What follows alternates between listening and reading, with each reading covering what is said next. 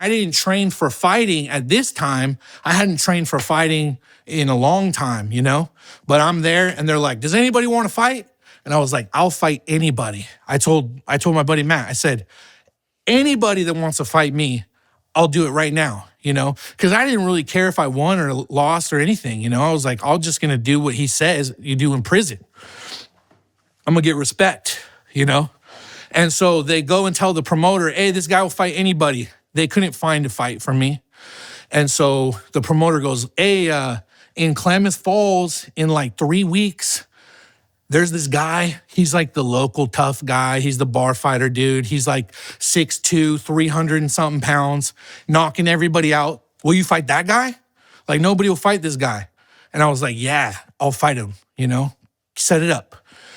And so they set that fight up and I go back to, weed, and Matt, he had a friend, this guy, his name was Leachy, and he was a boxing champion in the Army, and he was undefeated. He was like 48-0 or something like that. He was a really good boxer, and he used to, he would have us just practice jabbing for hours, right? You would just throw your jab, and basically the fighting style was you jab until you touch somebody. Once you can touch them with your jab, you jab forward, and then you throw overhand right, and then you throw a left hook, then you throw an uppercut. Like you just throw power shots once you get inside.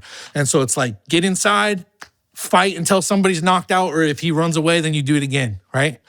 And so I trained for 3 weeks, and Matt also has me just hitting mitts, throw till you can't throw anymore, fight to the death type of thing.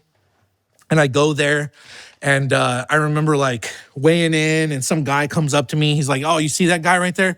And I was like, yeah. He's like, that guy's gonna kill you. You're gonna die. And I was like, good. I don't care, dude. Like, that's what I'm here for. And I was like, but I'm gonna fight. I'm gonna fight though, And so I go in there, and I end up knocking this guy's teeth out, and he ends up quitting. After the second round, he sits down in his hometown and he's like, I'm done, I quit. And all I want to do, I remember after winning my first fight, I was so like sad that I had to go back to my life. I was like, I just want to stay in the cage and I want to fight again.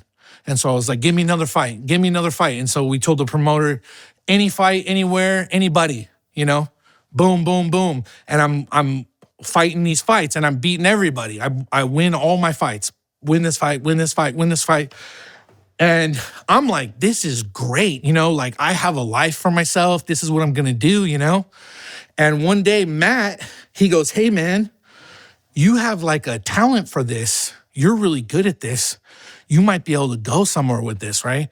And I'm not really listening to him because I'm like, dude, I don't know what you're thinking about, but I just want to keep fighting, And he's like, I know this guy, he's the best fighter that I've ever known, and he could train you to go all the way.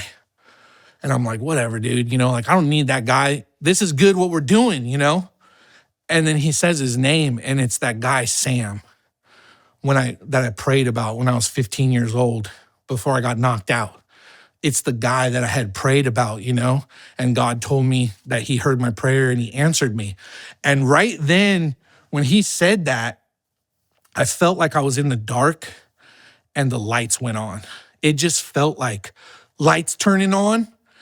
And it was like God was saying, I've been watching you this whole time. I've been with you through all of this. Like you're not alone, you feel like I left you, you feel like I abandoned you, but I've been with you through all of this. I've been in all of this. I've been paying attention. And I knew, I was like, I gotta go train with this guy, Sam now,